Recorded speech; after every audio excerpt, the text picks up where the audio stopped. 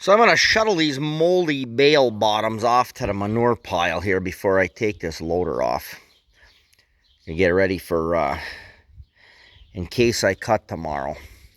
Today's rain, 0. I got 3 fat drops and a little mist on my window at work. That's about that, and there really was nothing here either, so here we go again. We'll see if there's anything out of tomorrow's. They're down to like 30% chance now. So I could cut when I get home, but Friday looks good and Saturday looks good. And if I go to work, even if I'm early, even with minimal amounts of hay, when I get home, I got to rake, bale, and cut. And it just doesn't work. So what I'm actually thinking is I come home and I cut a good bunch on Wednesday, and I come home and I cut a good bunch on Thursday, and I'm off on Friday, I'm off on Saturday. Plus I'll have Cody on Saturday if I need him. So I'm actually thinking I'll get more done that route. I hate to waste a drying day right now, but I think I can get a whole lot more done that way. I'm going to haul this out of here, and then I'm going to take the loader off this tractor. And I'm sure there are people watching this who are familiar with Westendorf loaders, but I'll show you how they go on and off, and how I set this tractor up with the valve system I got. I don't know that I think I mentioned it. I think I mentioned the valve before, but I don't know that I've ever taken this loader off on this channel. Alright, well first I got to get rid of these 3-point forks here, and then we'll go from there. One of my great, I don't know, I would say they were cheap. One of my great cheap auction finds. I got the loader hoses all bungeed up there. I should have brought a tripod out here, but we'll try this one-handed. I'll get everything apart here. Alright, I figure if I put this loader over here, it cannot possibly be in the way of anything to do with haymaking. I'm terrible for putting things and then realizing 5 minutes later I want to get through that spot. I need more space. So, because of the way this locks on the front,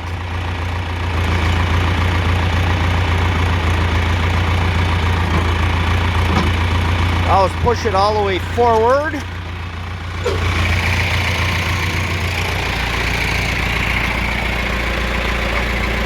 You flip those handy things up. It's about as simple a lock as you can get.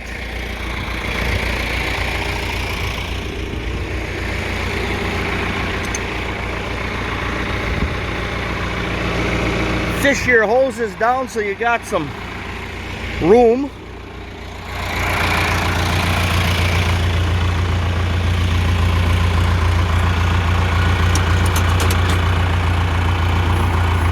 Sometimes you got to play with how it's sitting on the ground or it won't want to slide, but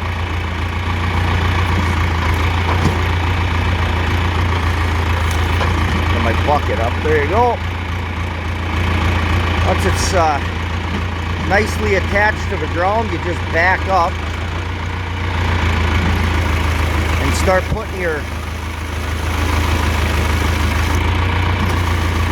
lift function, which just brings the back end down. Just pivot on the little horns on the front there, so you walk right out of it. Then normally I shut the thing off. Put these earmuffs up so I'm not yelling at you. Hit the functions to release the pressure. Your hydraulics have to be in the on position. I have this green ground wire here. Stiff cord. Usually I put one wrap on it, but it's broken right there. Just holding on by the coating, so I might need a new one of those. So that's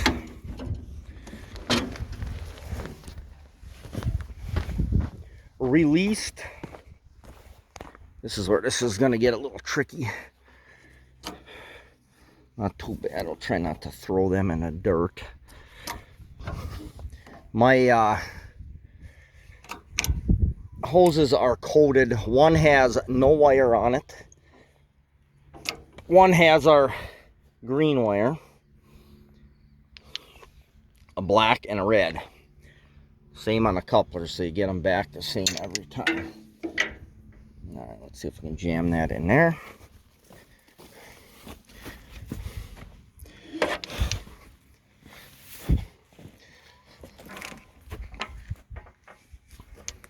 One hand in it here. Got everything everywhere.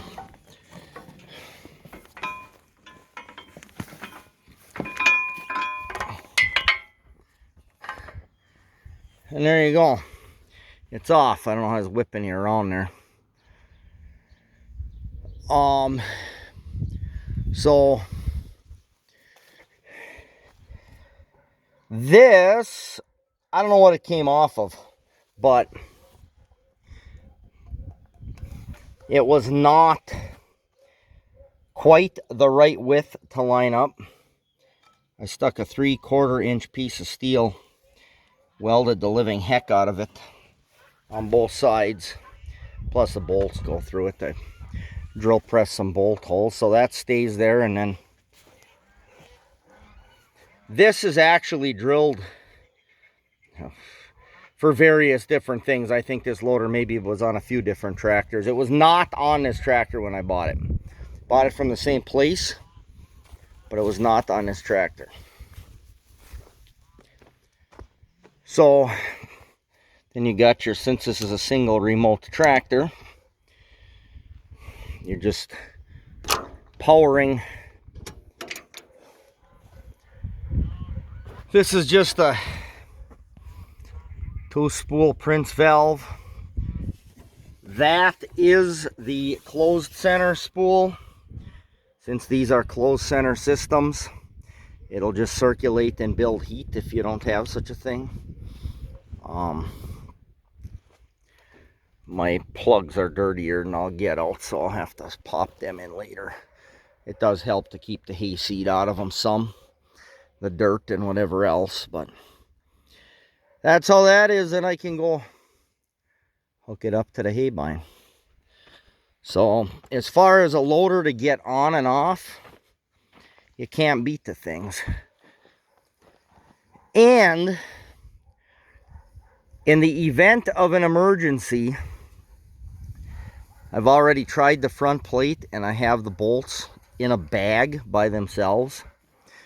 I can pull that front plate, put it on the front of the 4230, pull these off. 4230 is still a small frame tractor.